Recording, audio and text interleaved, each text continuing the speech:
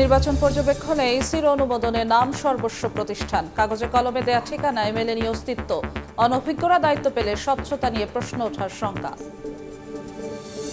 2 মাস লাগে এখানে ভর্তি হইতে, 2 মাসে আমার রোগী মারাও যাইতে পারে। 4 ঘন্টা হয়ে গেছে এই সিরিয়ালে দাঁড়াই রয়েছে। রোগীর সংখ্যা যে পরিমাণ, সেখানে ডাক্তারের সংখ্যা অপ্রতুল। সেবা পেতে ভোগান্তি যেন নিয়তি। এমআরআই সিটি স্ক্যানের জন্য মাসের পর মাস অপেক্ষা। নিউরোসায়েন্স হাসপাতালে রোগী দুর্ভোগ চরমে, আছে চিকিৎসক সংকটও। হু হু করে বাড়ছে তিস্তার পানি, তলিয়েছে লালমনিরহাট নীলফামারীর নিম্নাঞ্চল। বাঁধেও ভাঙন, খুলে দেয়া হলো ব্যারেজের সবকটি স্লুইস গেট। নিরাপদ স্থানে সরে যেতে মাইকিং। দেশে দ্রুত বাড়ছে কোটিপতির সংখ্যা। তথ্য কেন্দ্রীয় ব্যাংকের, জুন শেষে কোটি টাকার হিসাবধারীর সংখ্যা 1 লাখের বেশি। অর্থের উৎস খোঁজার তাগিদ অর্থনীতিবিদের।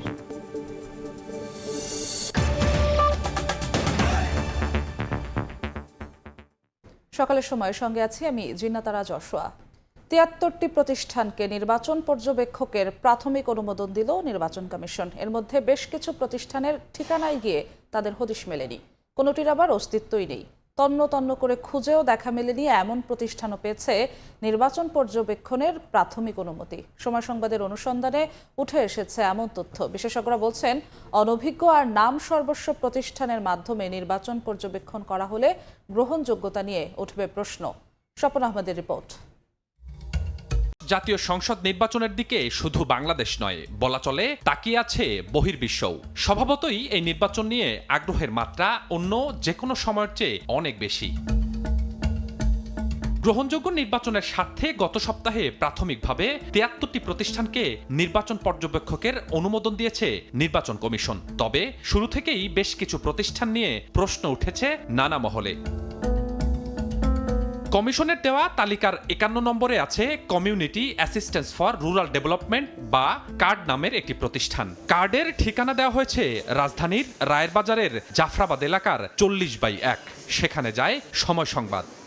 ত্রয়োদশ জাতীয় সংসদ নির্বাচনে পর্যবেক্ষক হিসেবে প্রাথমিকভাবে নিবন্ধন পেয়েছে community assistance for rural development card নামে একটি সংস্থা, যারা ঠিকানা হিসেবে ব্যবহার করেছেন রায়ের বাজার জাফরাবাদের এই ঠিকানাটি।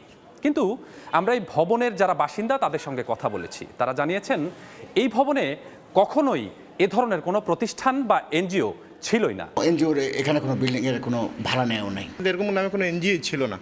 এই প্রতিষ্ঠান সম্পূর্ণ হয়তো বা জালিয়াত। তালিকা ধরে আমরা পৌঁছই আদাবরের বাইতুল আমান হাউজিং সোসাইটির বি ব্লকের ১৭ নম্বর রোডে, বাড়ি নম্বর ১০৩০।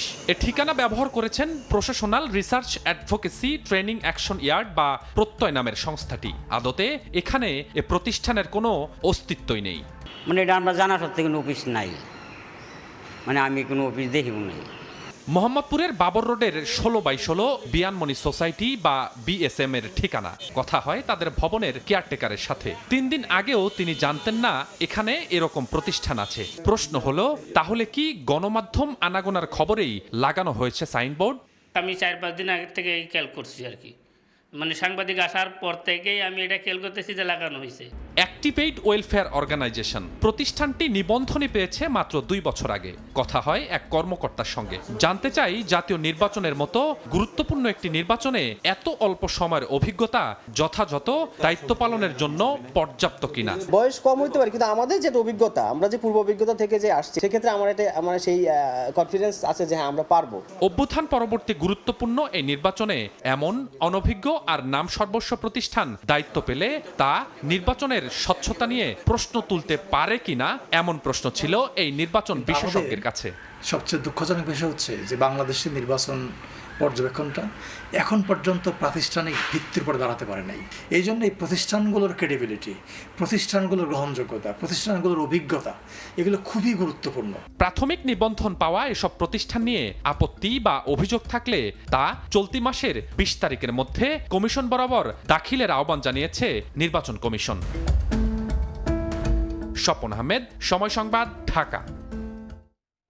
যুক্তরাষ্ট্রে শুরু হয়েছে জাতীয় পরিচয়পত্র ভোটার নিবন্ধন কার্যক্রম। রোববার রাজধানী ওয়াশিংটন ডিসিতে বাংলাদেশ দূতাবাসে কার্যক্রমের উদ্বোধন করেন নির্বাচন কমিশনের সিনিয়র সচিব আখতার আহমেদ। এরই মধ্যে যুক্তরাষ্ট্রের নিউ ইয়র্ক, ক্যালিফোর্নিয়া ও ফ্লোরিডাতেও জাতীয় পরিচয়পত্র নিবন্ধন শুরু হয়েছে। যুক্তরাষ্ট্র থেকে হাসানুজ্জামান সাকির রিপোর্ট। বাংলাদেশের ইতিহাসে প্রথমবারের মতো প্রবাসীরা ভোটার হচ্ছেন।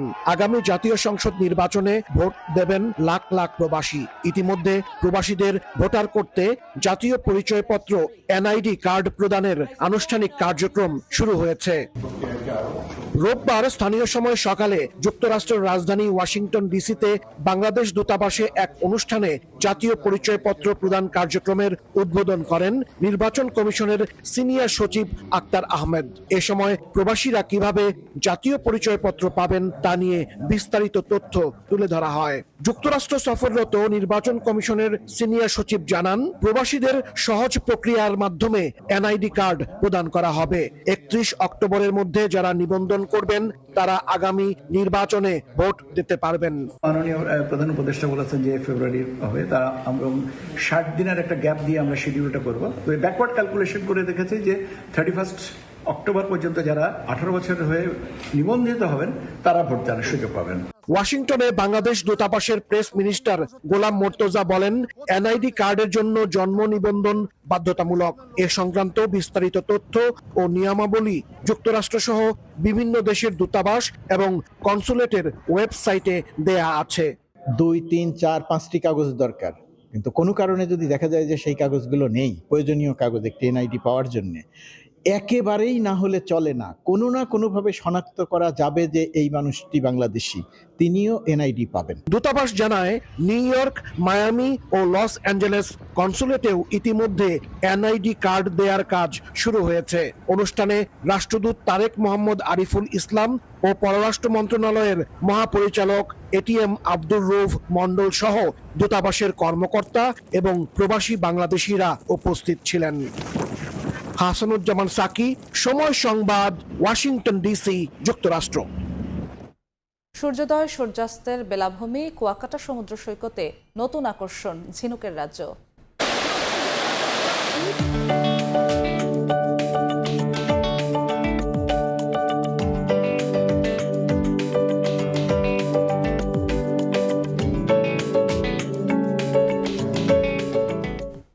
গঙ্গাবতী ঝিনুক বিচে নয়নাভিরাম সৌন্দর্য নিয়ে রিপোর্ট থাকছে সংবাদের শেষাংশে। টিকিট কাউন্টার থেকে শুরু করে বহির্বিভাগে থাকা চিকিৎসকের রুমের সামনে রোগীদের অপেক্ষা করতে হয় ঘন্টার পর ঘন্টা। এই চিত্র national institute of neuroscience and হসপিটালের। শয্যা সংকটে ফিরে যান অনেকেই। এমআরআই, সিটি স্ক্যান কিংবা ভর্তির জন্য অপেক্ষা করতে হয় 2 থেকে 3 মাস। স্নায়ু চিকিৎসায় একমাত্র বিশেষায়িত হাসপাতাল হওয়ায় সারা দেশের রোগীর চাপ সামলাতে রীতিমতো হিমশিম অবস্থা। পরিচালক বলছেন, নতুন ভবন চালু হলে অভিযোগ ও সংকট কমবে। শরীফুল রুবেলের ক্যামেরায় সাইফুল রুদ্রর প্রতিবেদন।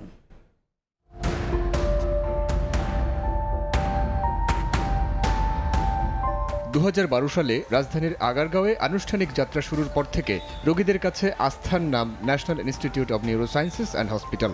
শিশু থেকে বৃদ্ধ সারা দেশের স্নায়ু রোগীরা চিকিৎসা নিতে ছুটে আসেন এখানে।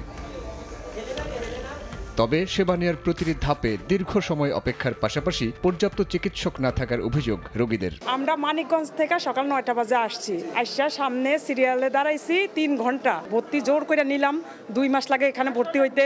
2 মাসে আমার রোগী মারাও যাইতে পারে। 11টা থেকে দাঁড়াই রয়েছি, অনেক সিরিয়াল। রোগীর সংখ্যা যে পরিমাণ, সেখানে ডাক্তারের সংখ্যা অপ্রতুল। 2 মাস পরে ডেট দিছিল, তখন আসছে। টিকিট কাটতে ওখানে 2 ঘন্টা লাগছে, আর এখানে আসে ডাক্তার দেখানোর জন্য দাঁড়ায় রয়েছে 2 ঘন্টা লাগছে। 4 ঘন্টা হয়ে গেছে এই সিরিয়ালে দাঁড়াই রয়েছে, একটু বসার জায়গা নাই। বেলা গড়ানোর সঙ্গে সঙ্গে প্যাথোলজি, রেডিওলজি, ইমেজিং সহ অন্য বিভাগগুলোতে গাণিতিক হারে বাড়তে থাকে রোগীর চাপ। রোগী ভর্তি থেকে শুরু করে এমআরআই, সিটি স্ক্যান ও অপারেশনের জন্য অপেক্ষা করতে হয় দিনের পর দিন। 3 মাস আগে দিছি, এইখানে আসছি, আসার পরে সিরিয়াল আজকে পাইছি। 3 মাস সিরিয়াল দিয়েছে, আমরা আজকে সিরিয়াল পাইছি। ভিতরে বলছি, আমার সাথে তর্ক বিতর্ক হচ্ছে, পরে আমার বয়স আপনি জানগা। চিকিৎসকরা বলছেন, গত 13 বছরে এই হাসপাতালে রোগীর চাপ বেড়েছে প্রায় 6 গুণ। আমাদের দেখা উচিত 50টা রোগী ম্যাক্সিমাম, কিন্তু আমরা দেখতেছি প্রায় 300-400 রোগী এক একজন। আমরা রোগীকে পর্যাপ্ত সময় দিতে পারতেছি না, ঠিক এই একটা কারণে। অভিযোগের সত্যতা স্বীকার করে হাসপাতালের যুগ্ম পরিচালক জানান, হাসপাতালের কার্যক্রম বাড়াতে কাজ করছে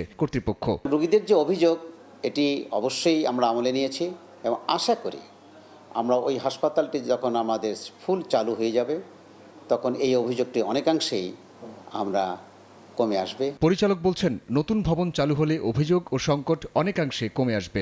সিটি, এমআরআই এই মেশিনগুলো প্রায় 2-4টে সিটি এমআরআই মেশিন আছে। এই মেশিনগুলো আমাদের ইনস্টল হয়ে গেছে এবং অলরেডি ফাংশনিং। আমাদের এই বিল্ডিংয়ে যে neurology, neurosurgery, paediatric neurology, physical medicine, radiology, এই ডিপার্টমেন্টগুলো আবার সিমিলারলি আমরা ওখানেও আমরা প্লেস করি, যার ধরুন আমাদের যে কোনো রোগীর ইনভেস্টিগেশন করতে যে একটা লম্বা কিউ থাকে সেটাও অনেকখানি হ্রাস পাবে। সবকিছু ঠিক থাকলে 2026 সালের মার্চে নতুন ভবনের কার্যক্রম শুরু হবে বলেও জানান পরিচালক, যেখানে স্নায়ু রোগীদের জন্য থাকবে বিশ্বের অত্যাধুনিক চিকিৎসা সরঞ্জাম, পদ্ধতি ও প্রযুক্তির সমন্বয়। সাইফুল রুদ্র, সময় সংবাদ, ঢাকা। উজান থেকে নেমে আসা পাহাড়ি ঢল ও কয়েকদিনের টানা ভারী বর্ষণে লালমনিরহাটে তিস্তা নদীর পানি বিপদসীমার 35 সেন্টিমিটার উপর দিয়ে প্রবাহিত হচ্ছে। রোববার সন্ধ্যা 6টায় তিস্তার ডালিয়া ব্যারেজ পয়েন্টে পানি বিপদসীমার 10 সেন্টিমিটার উপরে প্রবাহিত হলেও রাত 12টার দিকে 35 সেন্টিমিটার উপর দিয়ে প্রবাহিত হয়। এতে হুহু করে পানি ঢুকছে তিস্তা তীরবর্তী নিম্নাঞ্চলগুলোতে। ক্ষতি এড়াতে নদী এলাকায় সতর্কীকরণ জারি করে মাইকিং করা হয়। পানি উন্নয়ন বোর্ড জানায়, পানি বৃদ্ধির সঙ্গে সঙ্গে তিস্তা নদীর 0 পয়েন্টের কাছাকাছি কালীগঞ্জ নামক স্থানে তিস্তার ডান তীরের প্রধান বাঁধে ভাঙন দেখা দিয়েছে। পরিস্থিতি স্বাভাবিক রাখতে ব্যারেজের সবকটি স্লুইস গেট খুলে রাখা হয়েছে। সন্ধ্যার পর থেকে পানি বাড়তেছে, আমাদের এলাকায় অনেক বসত বাড়িতে ভেঙে গেছে এবং ডুবে গেছে। আমরা দেখতে পাই যে বন্যার কারণে আমরাই বিপদ সীমার মধ্যে থাকি, কিন্তু সরকার কোনো পদক্ষেপ নিচ্ছে না। তিস্তা মহাপরিকল্পনা দ্রুত বাস্তবায়নের মাধ্যমে হাতীবান্ধা, পাটগ্রাম তথা তিস্তাপাড়ের মানুষকে মুক্তিদানের ব্যবস্থা করবেন সরকার, এটাই আমাদের প্রত্যাশা। এ বিষয়ে বিস্তারিত জানাতে রংপুরের গঙ্গাচড়া থেকে সরাসরি যুক্ত হচ্ছেন সহকর্মী রেদওয়ান হিমেল। হিমেল,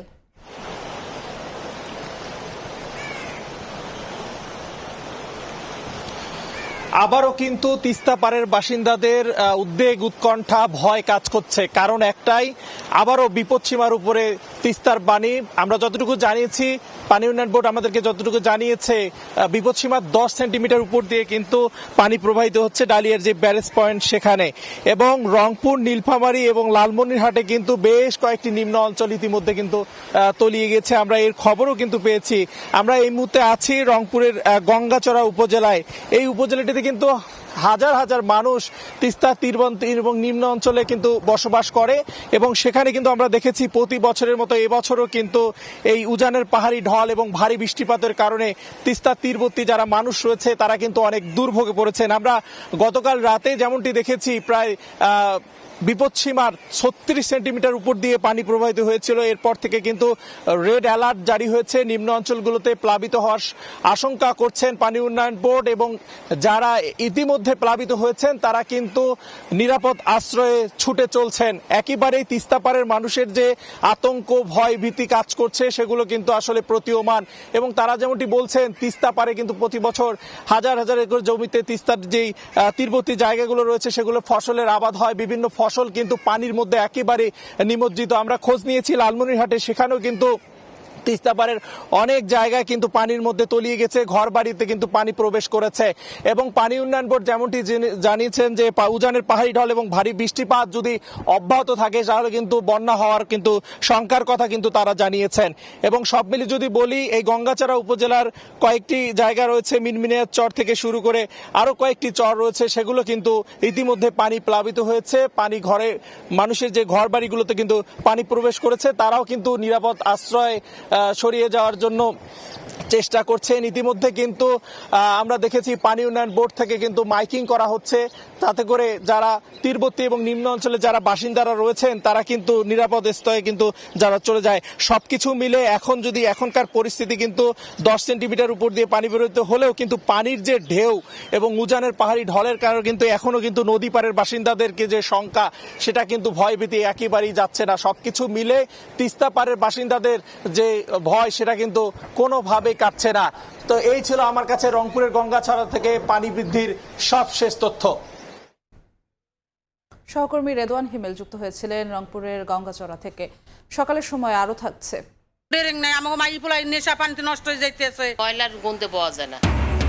নাগরিক সুবিধা নেই বরিশালের কলোনিতে। অপর্যাপ্ত স্যানিটেশনে বাড়ছে স্বাস্থ্য ঝুঁকি।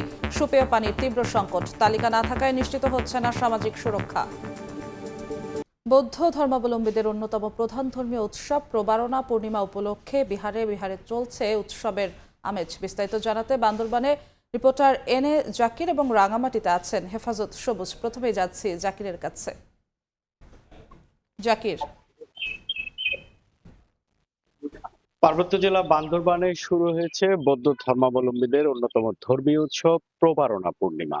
মারমা সম্প্রদায় এটিকে বলে মাহা ওয়াগ্যয়। মূলত পূর্ণিমার তিথিতে 3 মাস বর্ষা পালনের পর বৌদ্ধ ধর্মাবলম্বীরা এই প্রবারণা পূর্ণিমা পালন করে থাকে। গতকাল থেকে কিন্তু আনুষ্ঠানিকভাবে শুরু হয়ে গেছে প্রবারণা পূর্ণিমা। আজ সকাল থেকে বিহারে বিহারে বৌদ্ধ ধর্মাবলম্বীরা ছোয়াং বিশেষ খাবার দান করছে এবং দিনব্যাপী তাদের রয়েছে আরো নানা আনুষ্ঠানিকতা। বিকালে কিন্তু তারা একটি ময়ূর পঙ্খী সদৃশ রথ বানিয়েছে, সেটি প্রদক্ষিণ করে বিহারে নিয়ে আসা হবে এবং সেই রথটি কিন্তু তারা আসলে আগামীকাল সাঙ্গু নদীতে বিসর্জন দিবে। তো এর মধ্যে 3 দিন ব্যাপী যে আনুষ্ঠানিকতা রয়েছে তার মধ্যে রয়েছে পাড়ায় পাড়ায় পিঠা তৈরি, দল বেঁধে মারমা তরুণ তরুণীরা পিঠা তৈরি করবে রাতভর বিভিন্ন পাড়ায় এবং সেই পিঠা কিন্তু তার পরদিন সকালে তারা আত্মীয় স্বজন পাড়া প্রতিবেশীকে পরিবেশন করবে। এছাড়া এই প্রবারণা পূর্ণিমার সবচেয়ে আকর্ষণীয় একটি দিক যেটি রয়েছে সেটি হচ্ছে ফানুস বাতি উড়ানো। কাগজের তৈরি বিশেষ ধরনের একটি বাতি ফানুস, সেই ফানুস বাতি তারা বৌদ্ধের উদ্দেশ্য করে আসলে চুলা যাদের উদ্দেশ্যে তারা এই ফানুস উড়িয়ে থাকে। তো আমরা প্রবারণা পূর্ণিমার সময় দেখি যে পার্বত্য জেলা বান্দরবানে প্রতি বছরে কিন্তু রাতের বেলা ফানুস উড়ানো হয় বৌদ্ধ ধর্মাবলম্বী নরনারী যারা রয়েছে। এছাড়াও পার্বত্য জেলা যেহেতু পর্যটন নগরী, এখানে কিন্তু প্রচুর পর্যটকও বৌদ্ধ ধর্মাবলম্বীদের এই আকর্ষণীয় উৎসব দেখতে কিন্তু আসে। তো তারাও কিন্তু এই ফানুস উড়ানোর প্রোগ্রামে কিন্তু আসলে অংশগ্রহণ করে। বিশেষ করে এই অনুষ্ঠানকে ঘিরে প্রতি বছরের মতো কিন্তু এবারও 3 দিন ব্যাপী বর্ণাঢ্য আয়োজন রয়েছে। এর মধ্যে রয়েছে সাংস্কৃতিক অনুষ্ঠান, পিঠা তৈরি, রথ টানা, ফানুস উড়ানো সহ নানা আয়োজন। তো আজ সকাল থেকে তারা ধর্মীয় দেশনা বা সমবেত প্রার্থনার মাধ্যমে কিন্তু তারা ছোয়াং দানের মাধ্যমে বিহারে বিহারে ছোয়াং দানের মাধ্যমে এই প্রবারণার আনুষ্ঠানিকতা শুরু হয়েছে। তো দিনব্যাপী কিন্তু তাদের আরো নানা আনুষ্ঠানিকতা রয়েছে। দুপুরবেলা কিন্তু বুদ্ধমূর্তি স্নান রয়েছে। এভাবে কিন্তু তারা 3 দিন ব্যাপী প্রবারণা পূর্ণিমা উপলক্ষে নানা আনুষ্ঠানিকতা পালন করবে এবং এই উৎসবকে ঘিরে কিন্তু বর্তমানে বান্দরবানে উৎসবের নগরীতে পরিণত হয়েছে। তো এই ছিল আমার কাছে বান্দরবানের প্রবারণা পূর্ণিমার সর্বশেষ খবর। এখন আমরা চলে যাব রাঙ্গামাটিতে, সেখানে আছে সহকর্মী হেফাজত সবুজ। জাকির, না আপনার বান্দরবনের ন্যায় রাঙ্গামাটিতেও নানা আয়োজনের মধ্য দিয়ে আসলে প্রবারণা পূর্ণিমা পালন করছেন এখানকার বৌদ্ধ সম্প্রদায়েরা। আমরা এই মুহূর্তে রয়েছি রাঙ্গামাটির রাজবন বিহারে, সবচেয়ে বড় বিহার। এই বিহারে আসলে নানা আনুষ্ঠানিকতার মধ্যে দিয়ে এই দিনটিকে পালন করা হচ্ছে। আমরা একটু দেখানোর চেষ্টা করছি। ইতিমধ্যে আসলে দেখতে পাচ্ছেন যে রাজবন বিহারের যে মূল মন্দির প্রাঙ্গণ আছে, সেই মন্দির প্রাঙ্গণে আসলে অনেক পুণ্যার্থী অবস্থান করছেন। তারা এখানে এসে প্রথমে বুদ্ধ পূজা শেষ করছেন। এর আগে গেটে আসলে রয়েছে প্রদীপ প্রজ্বলন। তারা সেখানে এসে প্রদীপ প্রজ্বলন করে তারপরে আসলে এখানে আসছেন। এসে এখানে বৌদ্ধ ধর্মাবলম্বীদের যে বুদ্ধ আছে, বুদ্ধের এখানে তাদের প্রণাম করেই মূলত তারা আজকে দিনের আনুষ্ঠানিকতা শুরু করছেন। এরপরেই ঠিক বাহিরে একটি মাঠ আছে যেখানে আসলে সমবেত প্রার্থনায় মিলিত হবেন তারা। তো এই প্রবারণা পূর্ণিমাটাই যেটি হলো সেটি হলো যে মূলত এখানে যে আষাঢ়ী পূর্ণিমা থেকে যে আশ্বিনী পূর্ণিমা পর্যন্ত এই 3 মাস এখানকার বৌদ্ধ ধর্মাবলম্বীরা যে ভিক্ষুরা আছেন তারা এখানে বর্ষাবাস পালন করেন। বর্ষাবাস পালনের শেষে তারা মূলত আজকের এই দিনে এসে সমবেত প্রার্থনায় মিলিত হন। সমবেত আজকের এই প্রার্থনায় মূলত তারা একে অপরের জন্য যে ক্ষমা প্রার্থনা করেন এবং অতীতের যে ভুলভ্রান্তি আছে তার জন্য তারা একে অপরকে ক্ষমা করে দিয়ে থাকেন। আরেকটি বিষয় বলে রাখি যে এই যে প্রবারণা পূর্ণিমা শুরু হলো, এই প্রবারণা পূর্ণিমার পরে আসলে আগামীকাল থেকেই রাঙ্গামাটির যে বিভিন্ন বিহার আছে বিহারে বিহারে শুরু হবে কঠিন চিবদান। তো রাঙ্গামাটিতে যে নানা আয়োজনে প্রবারণা পূর্ণিমা পালন হচ্ছিল, এই ছিল আমার কাছে তার সর্বশেষ। রাঙ্গামাটি ও বান্দরবান থেকে প্রবারণা পূর্ণিমার সবশেষ খবর জানাচ্ছিলেন সহকর্মীরা। দেখছেন সকালের সময়, সঙ্গেই থাকুন। দেশে দ্রুত বাড়ছে কোটিপতির সংখ্যা, এমন তথ্যই মিলেছে বাংলাদেশ ব্যাংকের পরিসংখ্যানে। গেল জুন শেষে কোটি টাকার ব্যাংক হিসাবদারির সংখ্যা ঠেকেছে 1,27,336টিতে, অথচ 6.5 বছর আগেও এই সংখ্যা ছিল মাত্র 19,163টি। বাংলাদেশ ব্যাংক একে ইতিবাচক হিসেবে দেখলেও অর্থের উৎস খুঁজে দেখার তাগিদ অর্থনীতিবিদদের। সাইফুল ইসলামের রিপোর্ট। আয় বৈষম্য বেড়ে যেমন দেশের মোট সম্পদের 30% বেশি পুঞ্জীভূত হয়েছে 5% শীর্ষ ধনীর হাতে, তেমনি সবচেয়ে গরিব 5% মানুষের মোট সম্পদের পরিমাণ 0.78% থেকে নেমেছে 0.37%। বিবিএসের দেয়া আয় বৈষম্য বৃদ্ধির এই চিত্র আরও ফুটে উঠেছে বাংলাদেশ ব্যাংকের হালনাগাদ পরিসংখ্যানে। কেন্দ্রীয় ব্যাংকের তথ্য, কোটি টাকার বেশি অর্থ রয়েছে গেল জুন শেষে দেশে এমন ব্যাংক হিসাবধারীর সংখ্যা ঠেকেছে 1,27,336টিতে। মাত্র 3 মাসে বেড়েছে প্রায় 6,000টি। অথচ 2020 সালে ব্যাংকে কোটি টাকার অ্যাকাউন্টধারীর সংখ্যা 93,890টি, আর 2008 সালে ছিল মাত্র 19,163টি। বড়লোক যারা ছিল, দ্য সো কল্ড রিচ, আরও বড়লোক তারাই কিন্তু সব রকম সুযোগ সুবিধা পাচ্ছে। শ্রেণীকৃত ঋণ করার পিছনেই তারাই আছে। কিন্তু মধ্যবিত্ত পরিবার, ফিক্সড ইনকাম গ্রুপ বা লোয়ার ইনকাম গ্রুপ, তাদের তো আমি কোনো রকম কোনো উন্নতি আমার চোখে ওরকম পড়ে না।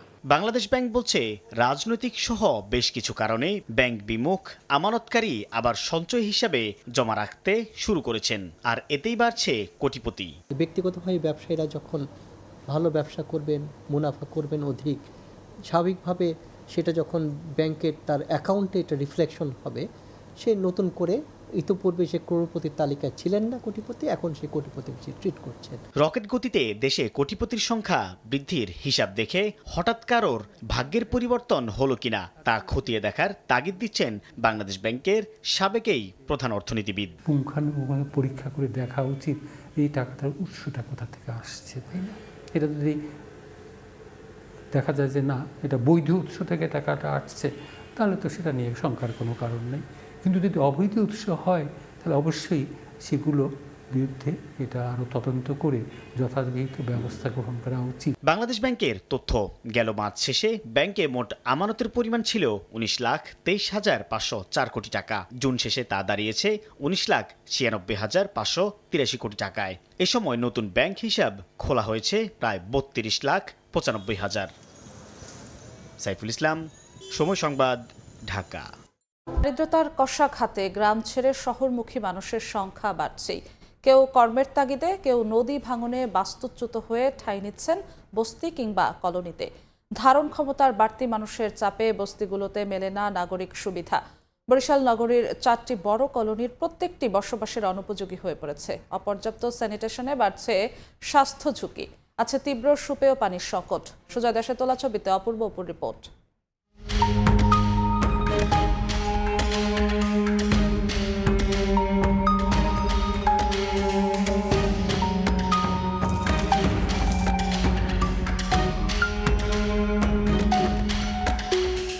নুপুর বেগম কীর্তনখোলা নদী কিনেছে তার ভিটে মাটি, ঠাঁই হয়েছে বরিশাল শহরের কেডিসি কলোনিতে। গ্রামের মুক্ত আলো বাতাস হারিয়ে মাস চারেক আগে 2000 টাকায় ঘর ভাড়ায় স্বামী সন্তান নিয়ে থাকছেন এই ছোট্ট ঘরে। সরকার তো কোনো কিছু আমাকে করে না, এই কারণে আমরা কি করি, যা পাই ডাইল ভাত যা খাইয়ে লয় কোনো রকম দিন কাটে আমাগো। গ্রামে কাজ নেই, তাই 2 পয়সা রোজগারে বরগুনার বাউফল থেকে বরিশালে এসে সবজি বিক্রি করছেন হাবিবুর রহমান। থাকছেন পলাশপুর কলোনিতে। এখানে ভাড়া থাকি, তো ভাড়া থেকে তরকারি মরকারি বেচে এই সংসার জীবিকা চালানো। রহিম কিংবা নুপুর বেগমের মতো গল্পের শেষ নেই বরিশালের বস্তিগুলোতে। শহরের Palashpur, KDC, Rasulpur, stadium colony সহ প্রত্যেকটিতে বেড়েছে এখন ধারণ ক্ষমতার বেশি মানুষ। সংকট দেখা দিয়েছে নাগরিক সুবিধার। বাংলাদেশ পরিসংখ্যান ব্যুরোর তথ্য বলছে দেশের সবচেয়ে বেশি দারিদ্রতম এলাকা এখন বরিশাল বিভাগ, 26.9%। নানান কারণে হতদরিদ্ররা এখন জায়গা করে নিচ্ছে শহরের এসব কলোনিতে। আর বাসিন্দাদের অভিযোগ, বাড়তি মানুষের চাপে এখানকার স্বাস্থ্যসেবা থেকে শুরু করে পরিবেশের ভারসাম্য সবই ভেঙে পড়তে শুরু করেছে। আমাকে এখানে একটা কল, এই পানির মধ্যে যদি বৃষ্টি নামে তাই পানির ড্রেনের পানি, পচা পানি পানি যাইয়ে পানি থেকে অনেক গন্ধ হয়। আমাকে রাস্তা নাই, আমাকে ড্রেন নাই, আমাকে মাই পোলাই নেশা পানিতে নষ্ট হয়ে যাইতেছে। সরকারের আয় যায়, কেউ আমাকে সাহায্য করে না, ড্রেনটা সাফ করে না, ময়লার গন্ধে পাওয়া যায় না। পলাশপুরে আগে যদি 30,000 লোক বসবাস করতো, এখন 60 থেকে 70,000 লোক বসবাস করে। কলোনিগুলোর ভাঙাচোরা রাস্তাঘাট, অপরিচ্ছন্ন ড্রেন, সুপেয় পানির তীব্র সংকট, ঘিঞ্জি ঘর, অস্বাস্থ্যকর পরিবেশ হাঁপিয়ে তুলছে বাসিন্দাদের। ভাসমান জনগোষ্ঠীর সুনির্দিষ্ট তালিকা না থাকায় থেকে যাচ্ছে সামাজিক সুরক্ষার বাইরে। জায়গা খুবই কম, কিন্তু লোক সংখ্যা অনেক বেশি, এজন্য তারা খুব মানবতার জীবনযাপন করছে। আমার মনে হয় এখন এই বস্তি এলাকার হতদরিদ্র মানুষদের নিয়ে সরকারের এখন ভাবার অনেক কিছুই আছে। সমস্যা বুঝলেও প্রকল্প না থাকায় সহসাই কোনো সুখবর নেই জানিয়েছে সিটি কর্পোরেশন। কলোনিগুলোতে নগর ভবনের আওতাধীন রাস্তা ড্রেন সংস্কারে কাজ করা হবে বলে আশ্বাস কর্তৃপক্ষের। ছিন্নমূল বা বস্তিমূল ওনাদের জন্য আমাদের সিটি কর্পোরেশন পক্ষ থেকে আপাতত এরকম কোনো প্রজেক্ট নেই, কারণ তাদের জন্য নিতে হলে আলাদা বড় ধরনের একটা বাজেট দরকার। আমাদের যে সামর্থ্য আছে, আমরা প্রথম দিকে মূলত রাস্তাঘাট এবং ড্রেনটার দিকে বেশি সাপোর্ট দিচ্ছি, যে এইগুলো যেন আমরা তাড়াতাড়ি করতে পারি। সবশেষ 2022 সালের পরিসংখ্যান বলছে বরিশালে গ্রামে 28.4 এবং শহরে 21.3% দরিদ্র মানুষের বসবাস। অপূর্ব অপু, সময় সংবাদ, বরিশাল। কিশোর গ্যাং আর মাদক সেবীদের অভয়ারণ্যে পরিণত হয়েছে বরগুনার ঐতিহ্যবাহী পৌর নাথপট্টি এলাকা। রক্ষণাবেক্ষণের অভাবে দিন দিন সৌন্দর্য হারাচ্ছে লেকটি। এ কারণে আনাগোনাও কমেছে শহরবাসীর। তবে লেকটি সংস্কারের উদ্যোগ নেওয়া হয়েছে বলে জানিয়েছে পৌর কর্তৃপক্ষ। আর নজরদারি বাড়ানোর আশ্বাস পুলিশের। রুবেল হোসেনের ছবিতে সাইফুল মিরাজের রিপোর্ট। কোথাও রাস্তার টাইলস উপড়ানো, আবার কোথাও বসার বেঞ্চ ভেঙে আছে। রক্ষণাবেক্ষণের অভাবে বেহাল দশা নাথপট্টি লেকের। 2015 সালে বরগুনা শহরের নাথপট্টি এলাকায় পৌরসভার উদ্যোগে নির্মাণ করা হয় লেকটি। এক পর্যায়ে পৌরবাসীর বিনোদনের জায়গা হিসেবে পরিণত হয় এটি। তবে দীর্ঘদিন সংস্কার ও যত্নের অভাবে সৌন্দর্য হারিয়েছে নানা অবকাঠামো। দিন দুপুরে কিশোর গ্যাং ও বখাটেদের উৎপাত আর রাতে মাদক সেবীদের আড্ডা বসে এই পর্যটন কেন্দ্রটিতে। এজন্য নিরাপত্তার অভাবে লেক প্রায় দর্শনার্থী শূন্য। পরিষ্কার পরিচ্ছন্ন নাই, বিদ্যুতের ব্যবস্থা নাই, কোনো সময় বিদ্যুৎ দেয়, কোনো সময় বিদ্যুৎ যায় না, যার কারণে মানুষ বেশি আসে না। সন্ধ্যার পরে কিংবা দিনে দুপুরে এখানে বকাটে এবং যারা নেশা করে এরকম ছেলেপেলে এখানে আড্ডা দিচ্ছে। বিভিন্ন ধরনের যে বাউন্ডারিগুলো দেওয়া আছে সেগুলো কিন্তু ভেঙে এমন অবস্থা হয়েছে যে গেট ছাড়াই কিন্তু সবাই যে কোনো জায়গা থেকে প্রবেশ করছে। এই লেকটা যদি পৌরসভা শুধু একটু নজরদারি করে এবং বেসিক মেইনটেনেন্স করে, তাহলে কিন্তু আবার বিকেলবেলা মানুষে এই জায়গাটা ভরে যাবে। যদিও লেকটি সংস্কারের উদ্যোগ নেয়ার দাবি পৌর কর্তৃপক্ষের, আর নজরদারি বাড়ানোর আশ্বাস পুলিশের। নাথপট্টি লেকের যে চারদিকে যে এসএস গ্রিল আছে সেগুলো মেরামত করার জন্য অলরেডি আমরা একটা প্রকল্প হাতে নিয়েছি এবং এটা খুব শীঘ্রই বাস্তবায়ন হবে। অপরাধ সংঘটিত না হয়, আইন শৃঙ্খলা স্বাভাবিক থাকে, মানুষজন যাতে নির্বিঘ্নে এখানে চলাফেরা করতে পারে এবং তারা আনন্দ উপভোগ করতে পারে, সেজন্য আমরা সচেষ্ট রয়েছি। নাথপট্টি লেক নির্মাণে ব্যয় ধরা হয়েছিল 3.5 কোটি টাকা। সাইফুল মিরাজ, সময় সংবাদ, বরগুনা। 5 আগস্টে সরকার পতনের পর পালিয়েছে ঠিকাদার। স্থবির হয়ে গেছে পটুয়াখালীর 23টি প্রকল্পের কাজ। এতে চলাচলে ভোগান্তিতে পড়েছেন এলাকাবাসী। এলজিইডি কার্যাদেশ বাতিল করতে চাইলে মামলা করেন সাব ঠিকাদাররা। আদালতের আদেশের অপেক্ষায় সংশ্লিষ্ট কর্মকর্তারা। মোহাম্মদ মনির হোসেন বাদলের পাঠানো তথ্য ও সুজন দামের ছবি নিয়ে রিপোর্ট।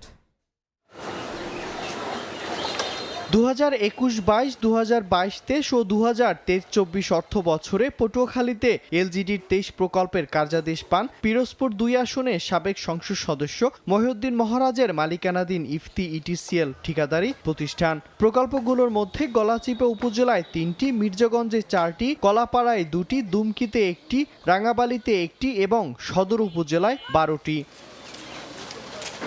2024 সালের 5 আগস্ট সরকার পতন হলে পালিয়ে যায় ঠিকাদারি প্রতিষ্ঠানের লোকজন। সরজমিনে দেখা যায় কোনো প্রকল্পে ড্রেনের কাজ অর্ধেক করা হয়েছে, কোনো সড়কে খোয়া ফেলা হলেও রোলার দিয়ে লেভেল করা হয়নি, কোনো সড়ক কার্পেটিং করা হয়নি, আবার কোনো সড়কে শুধু মাটি কেটে বেড তৈরি করা হয়েছে। এতে বর্ষা মৌসুমে খানাখন্দের সৃষ্টি হয়েছে। চলাচলে ভোগান্তিতে পড়েছেন এলাকাবাসী। আমাদের রাস্তাটা 2 বছর ধরে এইভাবে ভালাই ঠিক গেছে, আমরা দুর্ভোগের ভিতরে আছি। একটা মানুষ অসুস্থ হলে ব্যাগ প্রেগনেন্সি অবস্থা একটা মা, তাকে নিয়ে যাওয়ার মতো কোনো অবস্থা থাকে না। পরিবহনের এমন কোনো সুযোগ নাই। অসুখ বসুখ হইলে মনে করেন অ্যাম্বুলেন্স আইতে পারে না। ছেলেমেয়েরা স্কুলে লেখাপড়া করে, ওরা যাইতে অনেক বুড়ো বুড়ি রাস্তার পাশে দিয়ে পড়িয়ে দিয়ে ওখানে হাত পা ভাঙছে। ইফতি ইটিসিএল কার্যাদেশ পেলেও বাস্তবায়ন করেছে স্থানীয় সাব ঠিকাদার। ইফতি ইটিসিএল এর মালিক দেশ ত্যাগ করায় এবং তাদের ব্যাংক হিসাব ফ্রিজ হওয়ায় ব্যাংকে চেক ডিজনার হয়।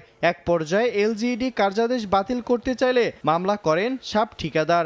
আদালতের আদেশ পেলেই সেই অনুযায়ী সিদ্ধান্ত নেয়ার আশ্বাস সংশ্লিষ্ট কর্মকর্তার। অর্থপ্রাপ্তির জটিলতার কারণে তার কাজ করে না। আমরা এই কাজগুলি কন্ট্রাক্ট ক্যান্সেল করার পদক্ষেপ নিলে তারা আমাদের বিরুদ্ধে মামলা করে। এই মামলাটা চলমান আছে। মামলার নিষ্পত্তি হলে পরবর্তীতে আমরা ব্যবস্থা নিব। এলজিইডির তথ্য মতে 23টি প্রকল্পে ব্যয় ধরা হয়েছে 93,21,76,000 টাকা। সময় সংবাদ, পটুয়াখালী। পিরোজপুরে আয়রন ব্রিজ ভেঙে যাওয়ায় 1.5 মাস ধরে বন্ধ নাজিরপুর স্বরূপকাঠির সড়ক যোগাযোগ। ভোগান্তিতে 2 উপজেলার শত শত বাসিন্দা। ব্রিজটি সংস্কারের পাশাপাশি স্থায়ী সমাধানের কাজ চলছে বলে জানিয়েছে উপজেলা প্রশাসন। জিয়াউল হকের তথ্য, ছবিতে রিপোর্ট। ঝুঁকি নিয়েই ভাঙা ব্রিজ পার হচ্ছে মানুষ। এক পাশ ভেঙে অনেকটা কাত হয়ে আছে ব্রিজটি। প্রায় 1.5 মাস আগে পিরোজপুরের নাজিরপুরের আইডার খালের আয়রন ব্রিজটি ভেঙে পড়ে একেবারেই ব্যবহারের অনুপযোগী হয়ে পড়ে।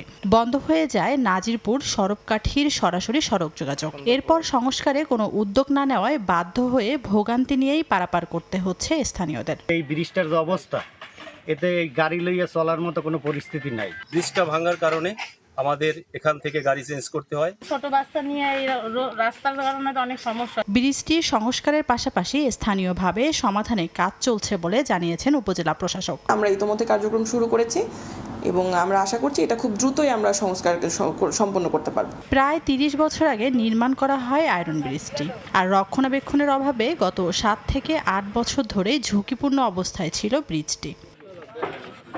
সময় সংবাদ, পিরোজপুর। বেহাল দশা ঝালকাঠি পৌরসভার একমাত্র বড় বাজারের। ব্যবসায়ীদের অভিযোগ, প্রতি মাসে নিয়মিত কর দিলেও দীর্ঘদিনেও কোনো উন্নয়ন হয়নি। ভবনের একাংশের ছাদ ও পিলারে ফাটল দেখা দিয়েছে। পৌর কর্তৃপক্ষ বলছে বাজারটি আধুনিকায়নে মন্ত্রণালয়ে একটি ডিপিপি জমা দেওয়া আছে। পলাশক্রয়ের পাঠানো তথ্য, শামীম হোসেনের ছবি নিয়ে রিপোর্ট। বাজারে যত্রতত্র আবর্জনা, কোনো অবকাঠামোতে ফাটল, এরই মধ্যে চলছে বেচাকেনা। ঝালকাঠি পৌরসভার একমাত্র বাজার বড় বাজার। সব পণ্যের বেচাকেনা চলে এ বাজারে। তবে ক্রেতা বিক্রেতাদের অভিযোগ, প্রতি মাসে নিয়মিত কর দিলেও দীর্ঘদিনেও উন্নয়নের কোনো ছোঁয়া লাগেনি বাজারটিতে। আবর্জনাপূর্ণ প্রতিটি গলিগুলি, সামান্য বৃষ্টিতে সৃষ্টি হয় জলাবদ্ধতা। বাজার ভবনের একাংশের ছাদ ও পিলারে ফাটল দেখা দিয়েছে। এমনকি আবর্জনা অপসারণে পৌর কর্তৃপক্ষের গাফুলতির অভিযোগ এলাকাবাসীর। বাজার দিয়ে বাড়ি গেলে মনে হয় যেন স্নান করে ঘরে উঠতে হয়। সমস্ত ড্রেন গুলো আটকায় নেওয়া, বৃষ্টি হলেই এখানে হাঁটু অব্দি জল হয়ে যায়। মুসলিম নামাজ পড়তে পারতেছে না, তারপর রাস্তাঘাটের অবস্থা ভালো না, ড্রেনে ময়লা বোঝায়।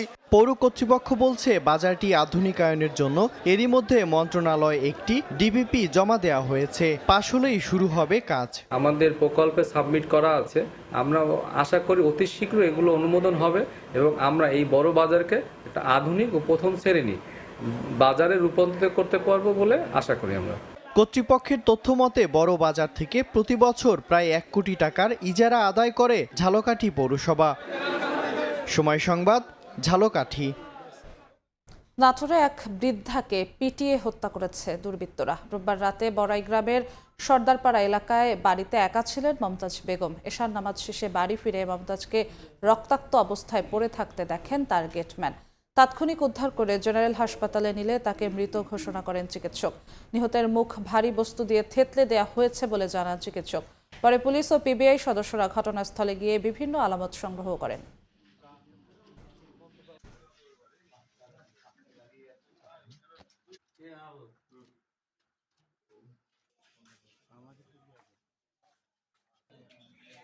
দেখছেন সকালের সময়।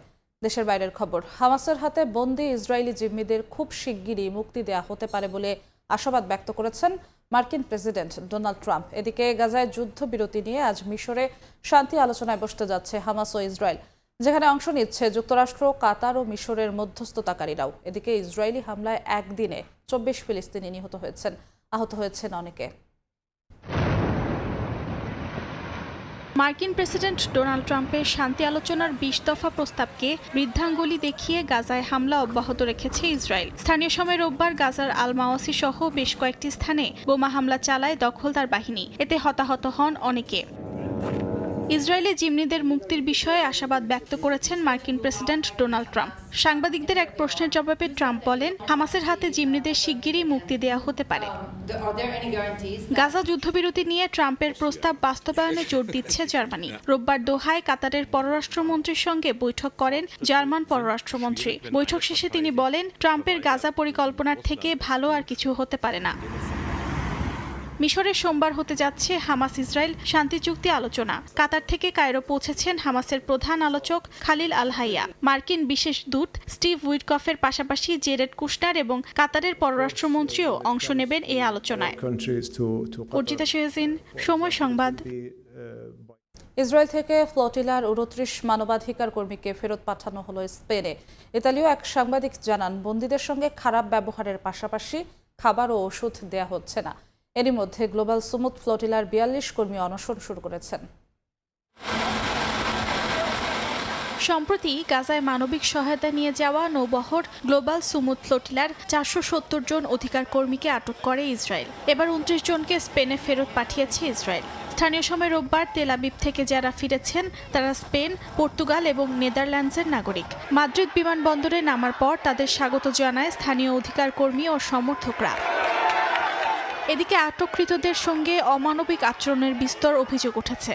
ইতালীয় সাংবাদিক সাভেরিও তোমেসি বলেন, ইসরায়েলি সেনারা তাদের সঙ্গে বানরের মতো আচরণ করেছে।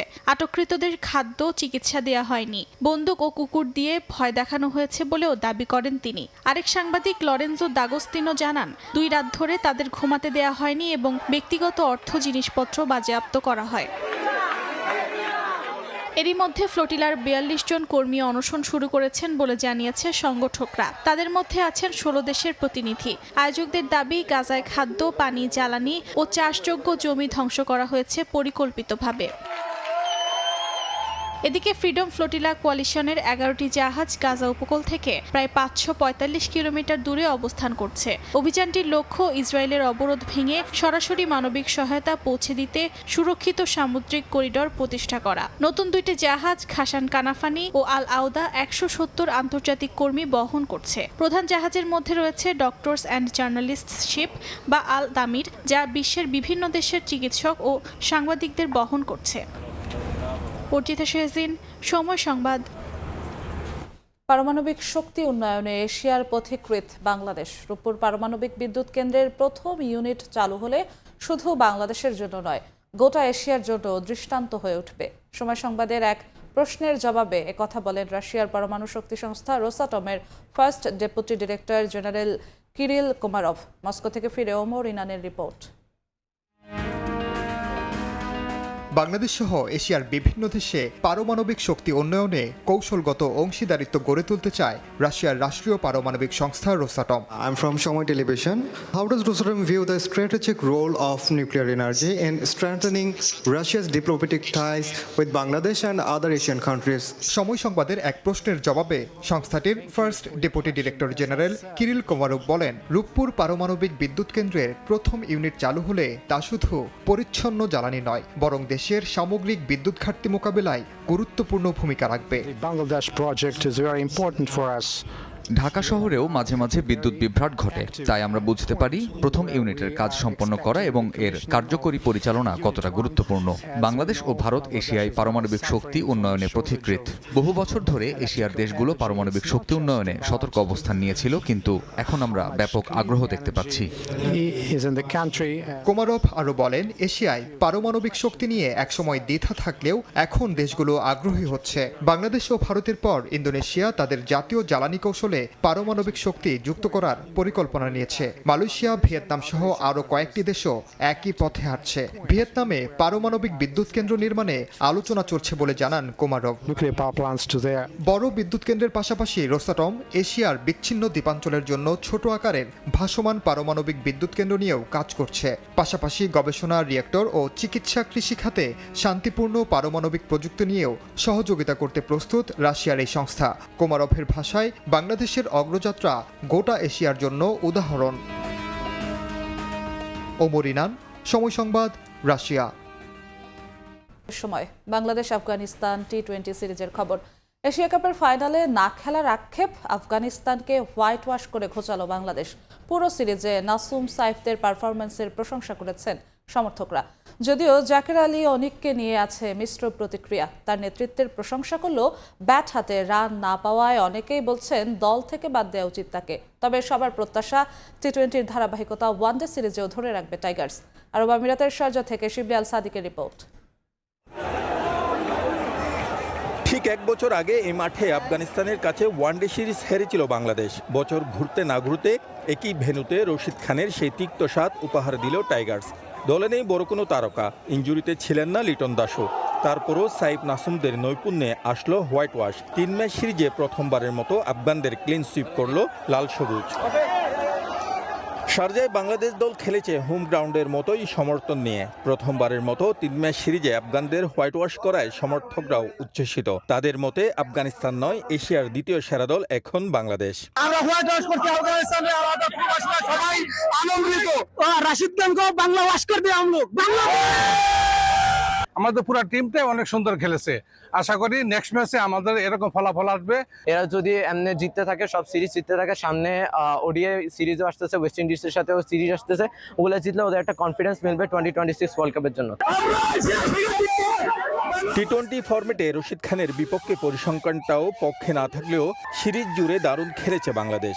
শেষ টি-20তে দারুণ এক ইনিংসে খেলেছেন সাইফ হাসান। তবে সমালোচনা আছে এই সিরিজে অধিনায়কের দায়িত্ব পালন করা জাকিরের ব্যাটিং নিয়ে। এই উইকেট রক্ষক ব্যাটারকে নিয়ে মিশ্র প্রতিক্রিয়া জানিয়েছেন সমর্থকরা। জাকির আলীর ব্যাটসম্যানে আমরা ব্যাটিংয়ে আমরা সব খুবই হতাশ। আমি মনে করি যে যেহেতু জাকির আলীর হাত ধরে আমাদের সাকসেসটা আসছে, তো আমরা আরো কিছুদিন হয়তোবা জাকির আলীকে আমরা দেখতে পারি যে সে কিভাবে আসলে বাংলাদেশ টিমকে নেতৃত্ব দেয়। টি-20 সিরিজ জয়ের পর এখন ওয়ানডে সিরিজ নিয়েও বড় স্বপ্ন দেখছেন সমর্থকরা। তাদের প্রত্যাশা সেই সিরিজেও জয় তুলে নিবে বাংলাদেশ। আগামী বুধবার শুরু হবে ওয়ানডে সিরিজ। 3টি ম্যাচে অনুষ্ঠিত হবে আবুধাবির শেখ জায়েদ স্টেডিয়ামে। টি-20তে ভারতের পর কে সেরা, সেই সমীকরণ এশিয়া কাপে বের করে আনা খুবই জটিল ছিল। আজ 3-0 সিরিজে বাংলাদেশ আফগানিস্তানকে হোয়াইট ওয়াশ করার পর সেই প্রশ্ন ঘুরছে ক্রিকেট বিশ্লেষকদের মধ্যে। আগামীতে আফগানিস্তানের সাথে ওয়ানডে ম্যাচে জয়ের ধারা অব্যাহত রাখবে বাংলাদেশ, এটাই প্রত্যাশা সকলের।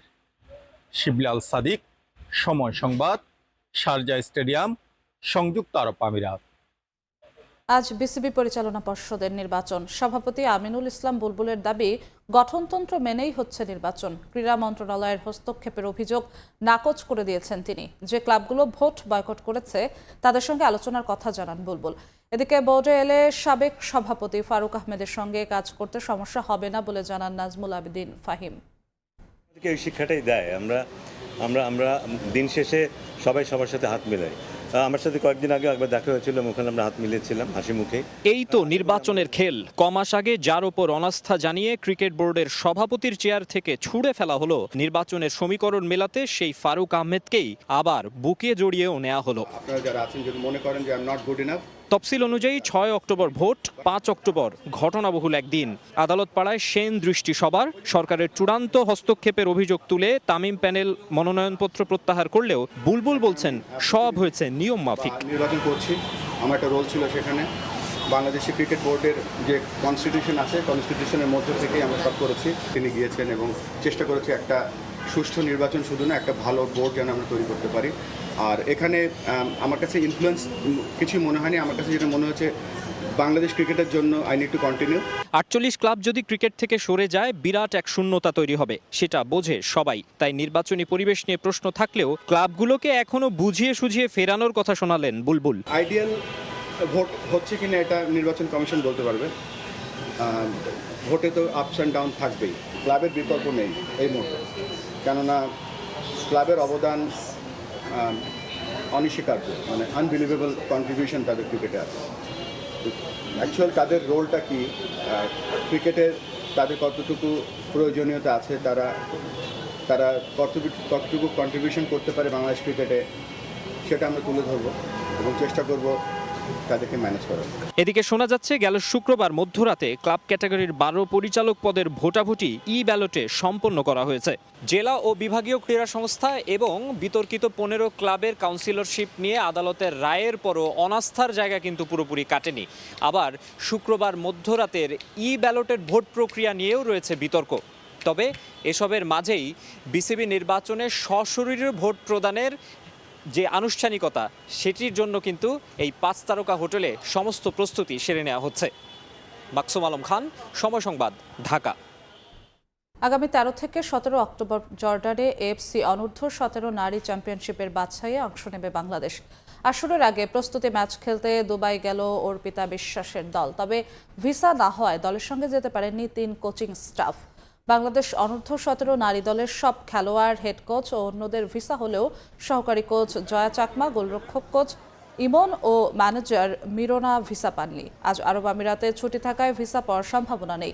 আগামী পরশু ভিসা পেলে দেশ ছাড়বেন তারা। বয়স ভিত্তিক নারী দলকে টুর্নামেন্টের প্রস্তুতির জন্য এবারই প্রথম বিদেশে প্রীতি ম্যাচের ব্যবস্থা করেছে বাফুফে।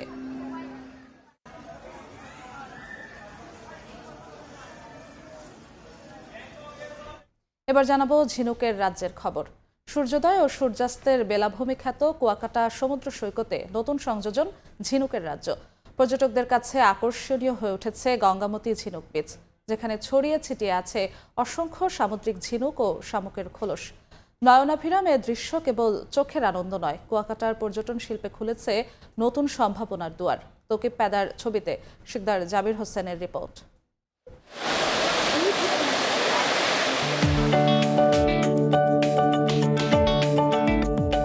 সমুদ্রের ঢেউ ছুঁয়ে দিচ্ছে তটরেখা, তার সঙ্গে ভেসে আসছে ঝিনুক আর শামুকের খোলস।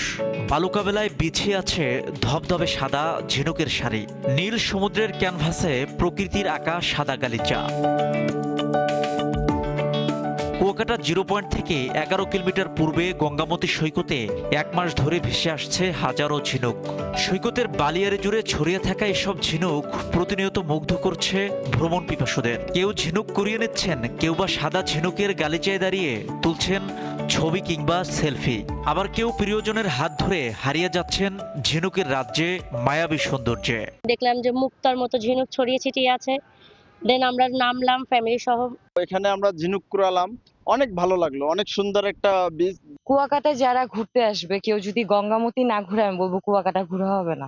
পর্যটন কর্মীরা বলছেন ঝিনুকের সৌন্দর্য ধরে রাখতে প্রয়োজন তদারকি। পরিবেশ রক্ষা করে এই ঝিনুক বিষয় যাতে টিকিয়ে রাখা যায়, এটা যাতে আমাদের কুয়াকাটা পর্যটনের একটা অন্যতম একটা স্পট হিসেবে পরিণত হয়, এটার প্রতি আমাদের সবার লক্ষ্য রাখা উচিত। পর্যটকদের যাতায়াত সহজ করতে ঝিনুক বিচ পর্যন্ত নির্মাণ করা হয়েছে সড়ক ও কালভার্ট। পাশাপাশি পর্যটকদের নিরাপত্তায় পুলিশ ক্যাম্প স্থাপনের উদ্যোগ নেওয়া হচ্ছে। বিভাগীয় কমিশনার স্যার কিছুদিন পূর্বেই এখানে সরেজমিনে পরিদর্শন করে গিয়েছেন। এখানকার নিরাপত্তার স্বার্থে স্যার আমাকে নির্দেশ দিয়েছেন একটি ম্যাজিস্ট্রেট নিরাপত্তা চৌকি এবং একটি ট্যুরিস্ট পুলিশের ক্যাম্প স্থাপন করার জন্য। প্রকৃতির অপারদান গঙ্গামতির ঝিনুক দেখতে দূর দূরান্ত থেকে প্রতিনিয়ত ছুটে আসছে সহস্রাধিক মানুষ। শিকদার জাবির হোসেন, সময় সংবাদ, পটুয়াখালী। এ পর্যায়ে শীর্ষ সংবাদগুলো জানিয়ে দিচ্ছি আরেকবার। নির্বাচন পর্যবেক্ষণে ইসির অনুমোদনে নাম সর্বস্ব প্রতিষ্ঠান, কাগজে কলমে দেয়া ঠিকানায় মেলেনি অস্তিত্ব। অনভিজ্ঞরা দায়িত্ব পেলে স্বচ্ছতা নিয়ে প্রশ্ন ওঠার শঙ্কা। 2 মাস লাগে এখানে ভর্তি হইতে, 2 মাসে আমার রোগী মারাও যাইতে পারে। 4 ঘন্টা হয়ে গেছে এই সিরিয়ালে দাঁড়াই রয়েছে। সেবা পেতে ভোগান্তি যেন নিয়তি। এমআরআই সিটি স্ক্যানের জন্য মাসের পর মাস অপেক্ষা। নিউরোসায়েন্স হাসপাতালে রোগী দুর্ভোগ চরমে, আছে চিকিৎসক সংকটও। এবং হু হু করে বাড়ছে তিস্তার পানি, তলিয়েছে লালমনিরহাট নীলফামারীর নিম্নাঞ্চল। বাঁধেও ভাঙন, খুলে দেওয়া হলো ব্যারেজের সবকটি স্লুইস গেট। নিরাপদ স্থানে সরে যেতে মাইকিং।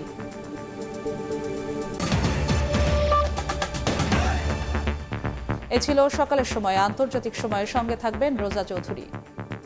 ধন্যবাদ যশোয়া। আন্তর্জাতিক সময় নিয়ে ফিরছি কিছুক্ষণ পর, সঙ্গে থাকুন সময়ের।